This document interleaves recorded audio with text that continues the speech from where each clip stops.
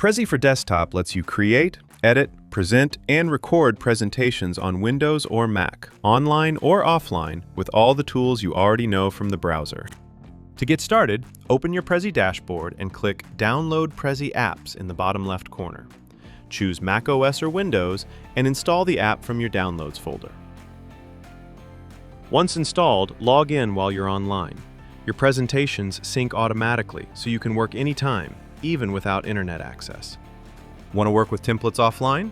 Click Create from Template, select the three dots menu of the one you'd like to download, and choose Make Available Offline. When offline, go to Downloaded Templates and start creating. To present without internet connection, once offline, open the app and click Present. If you have presenter notes, use the presenter view to see them as you go. Need a fully portable file? Click the three dots on a presentation thumbnail and choose Export to download it as an exe for Windows or zip for Mac. You can present it anywhere without logging in.